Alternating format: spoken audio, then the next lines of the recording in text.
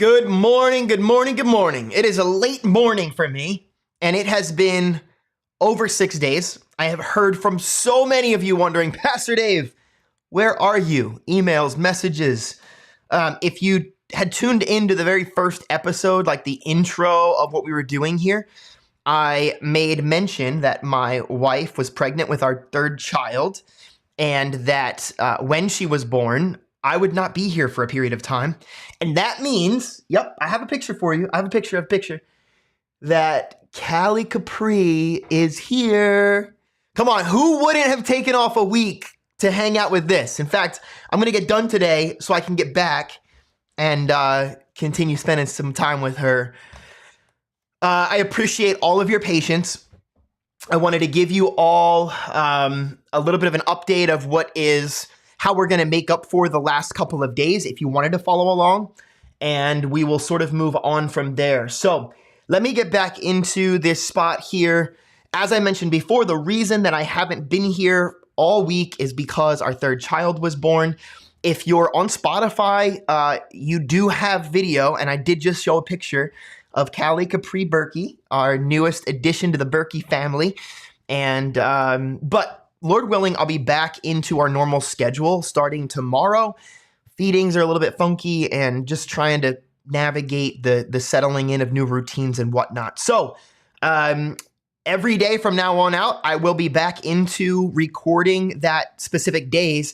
And then my intent is hopefully to be able to also record double until I get caught up with the last week. So in other words, tomorrow I'm going to read tomorrow's reading, and then I'm also going to circle back to the couple of days that we missed. I think it was on the 20th, so it would have been days 20 through 25. Maybe it was the 19th that I stopped. Laura went into labor Sunday night. Sunday was whatever it might be. So my point is, we're going to be circling back again. So I appreciate everyone's patience.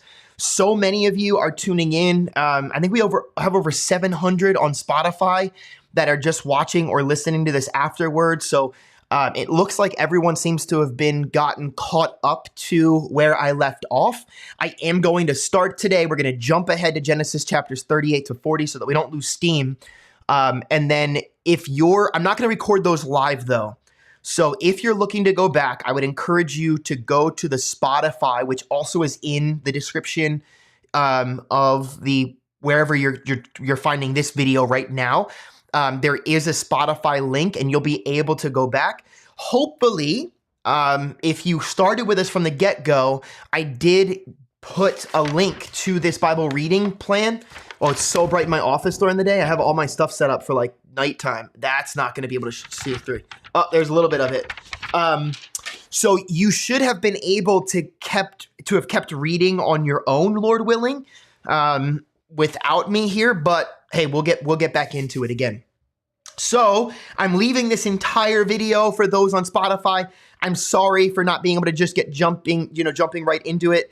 I'm not going to pray for the sake of those that are on the Spotify in catching up, but tomorrow morning we'll get started fresh. We'll open in a word of prayer. I've already been prayed up, and I'm ready to start reading. So here we are today, day 25 of our Bible reading plan. We are working our way through the New American Standard Version, and we are utilizing a chronological Bible reading plan that was put together by Blue Letter Bible. And so here we go. Genesis chapters 38 to 40.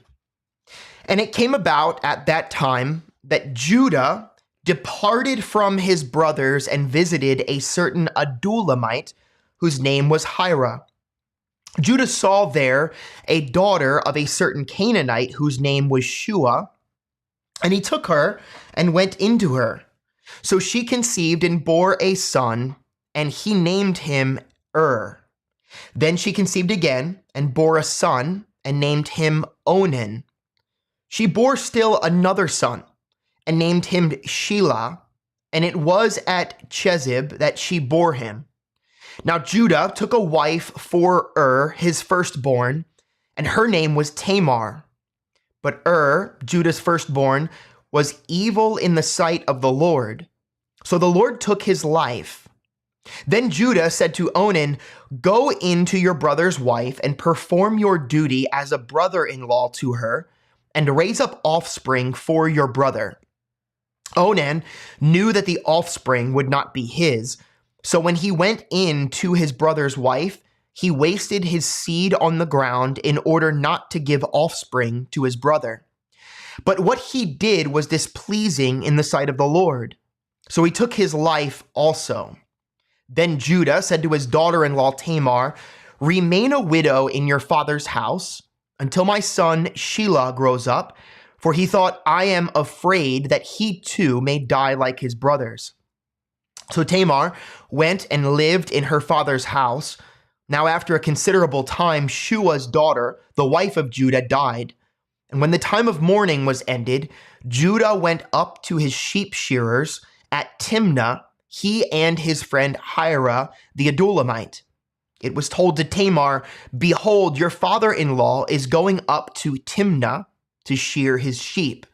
So she removed her widow's garments and covered herself with a veil, and wrapped herself and sat in the gateway of Enaim, which is on the road to Timnah, for she saw that Shelah had grown up, and she had not been given to him as a wife. When Judah saw her, he thought she was a harlot, for she had covered her face. So he turned aside to her by the road and said, "Here now, let me come in to you," for he did not know that she was his daughter-in-law. And she said, "What will you give me that you may come in to me?"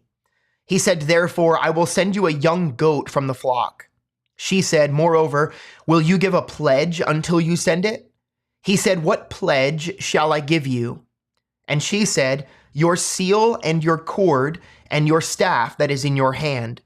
So he gave them to her and went in to her, and she conceived by him. Then she arose and departed and removed her veil and put on her widow's garments. When Judah sent the young goat by his friend the Adullamite to receive the pledge from the woman's hand, he did not find her. He asked the men of her place, saying, "Where is the temple prostitute who was by the road at Enaim?" But they said, "There has been no temple prostitute here." So he returned to Judah and said, "I did not find her." And furthermore, the men of the place said, "There has been no temple prostitute here." Then Judah said, "Let her keep them, otherwise we will become a laughingstock. After all, I sent this young goat, but you did not find her." Now it was about 3 months later that Judah was informed, "Your daughter-in-law Tamar has played the harlot, and behold, she is also with child by harlotry." Then Judah said, "Bring her out and let her be burned." It was while she was being brought out that she sent to her father-in-law, saying, "I am with child by the man to whom these things belong." And she said, "Please examine and see whose signet ring and cords and staff are these." Judah recognized them and said, "She is more righteous than I, inasmuch as I did not give her to my son Shelah, and he did not have relations with her again. It came about at that time that she was giving birth, that behold, there were twins in her womb.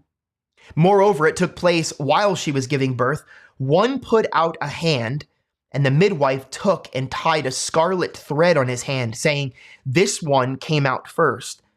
But it came about as he drew back his hand, that behold, his brother came out. Then she said, 'What a breach you have made for yourself.' So he was named Perez. Afterward, his brother came out, who had the scarlet thread on his hand, and he was named Zerah. Now Joseph had been taken down to Egypt, and Potiphar, an Egyptian officer of Pharaoh, the captain of the bodyguard, bought him from the Ishmaelites who had taken him down there. The Lord was with Joseph, so he became a successful man. And he was in the house of his master, the Egyptian. Now his master saw that the Lord was with him, and how the Lord caused all that he did to prosper in his hand. So Joseph found favor in his sight and became his personal servant, and he made him overseer over his house, and all that he owned he put in his charge. It came about that from the time he made him overseer in his house and over all that he owned, the Lord blessed the Egyptian's house on account of Joseph. Thus the Lord's blessing was upon all that he owned, in the house and in the field. So he left everything he owned in Joseph's charge. And with him there he did not concern himself with anything except the food which he ate. Now Joseph was a handsome in form and appearance. It came about after these events that his master's wife looked with desire at Joseph, and she said, "Lie with me." But he refused and said to his master's wife, "Behold, with me here, my master does not concern himself with anything in the house, and he has put all that he owns in my charge. There is no one greater in this house than I, and he has withheld nothing from me except you, because you are his wife. How then could I do this great evil and sin against God?" As she spoke to Joseph day after day, he did not listen to her to lie beside her or be with her. Now it happened one day that he went into the house to do his work, and none of the men of the household was there inside. She caught him by his garment, saying, "Lie with me." And after he left his garment in her hand and fled and went outside. When she saw that he had left his garment in her hand and had fled outside, she called to the men of her household and said to them, "See, he has brought in a Hebrew to us to make sport of us. He came in to me to lie with me, and I screamed. When he heard that I raised my voice and screamed, he left his garment beside me and fled and went outside." So she left his garment beside her until his master came home. Then she spoke to him with these words, "The Hebrew slave whom you have brought to us came in to me to make sport of me. And as I raised my voice and screamed, he left his garment beside me and fled outside." Now when his master heard the words of his wife, which she spoke to him, saying, "This is what your slave did to me," his anger burned. So Joseph's master took him and put him into the jail, the place where the king's prisoners were confined, and he was there in the jail.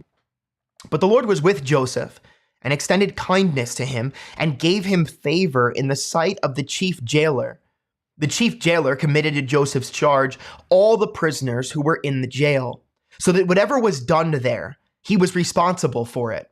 The chief jailer did not supervise anything under Joseph's charge because the Lord was with him, and whatever he did, the Lord made to prosper. Then it came about after these things, the cupbearer and the baker for the king of Egypt offended their lord, the king of Egypt. Pharaoh was furious with his two officials, the chief cupbearer and the chief baker. So he put them in confinement in the house of the captain of the bodyguard in the jail, the same place where Joseph was imprisoned. The captain of the bodyguard put Joseph in charge of them, and he took care of them, and they were in confinement for some time.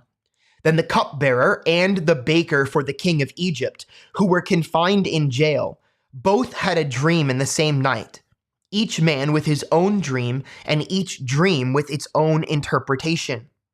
When Joseph came to them in the morning and observed them, behold, they were dejected.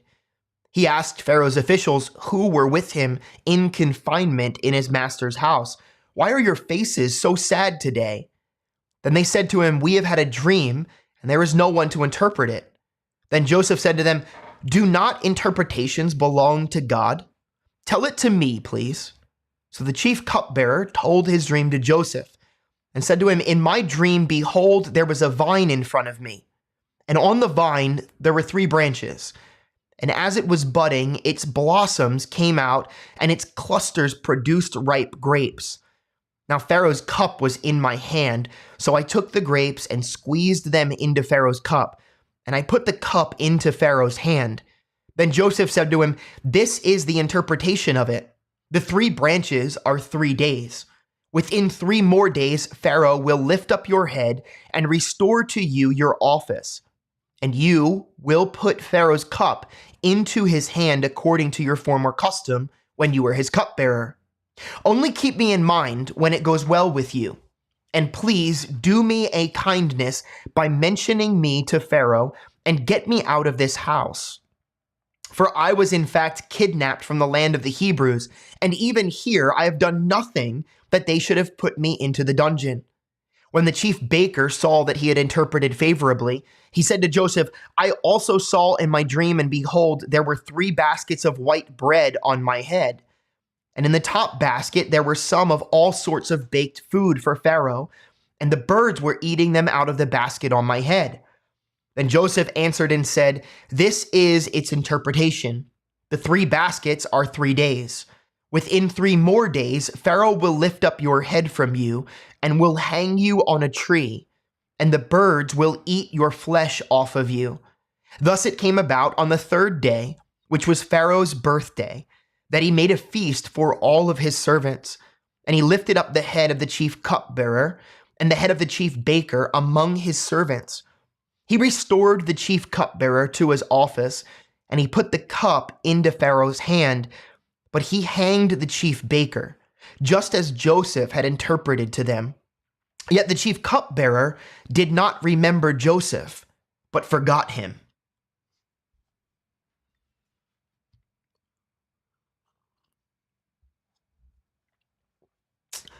There it is.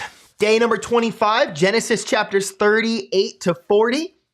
Thank you all for continuing to join me and giving me a little bit of grace while we get settled back in again with the new addition to our family.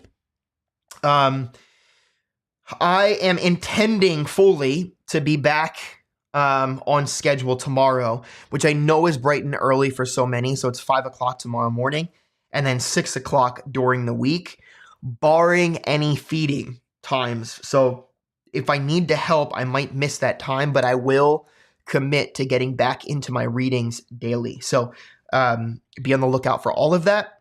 God bless you all. Remember, in the show notes or the description of wherever it is that you're watching this or you're catching it, you will find the Bible reading plan itself for the days that maybe you miss me or I missed for some reason. You will also find all of the links to where in which you can check in and tune in with us live, the intended schedule of which we will be reading live, and then also the Spotify, which really for many seems to be the ticket. There also is the video there, but I do cut that video up. So on the Spotify Bible reading in a year, with the exception of this video today, because I'm utilizing it as an opportunity to update everyone, the Bible readings are simply the day. So I will cut the beginning and cut the end off, and I simply upload the actual reading itself, if that would be a little bit easier for you. Have a wonderful, wonderful day, a wonderful, wonderful weekend. I have coverage for preaching for the next 2 Sundays, possibly 3, and I am just going to try to settle back into routines of life while enjoying the moments that I have at home with family. I hope you all are doing wonderful. Remember, if you have any prayer requests, there's a link to submit your prayer requests down there. I have people in my church that will be praying for you, and we'll be lifting those things up to you all. Other than that, have a wonderful, wonderful day. And Lord willing, I will see you tomorrow or beginning of the week here. Bye.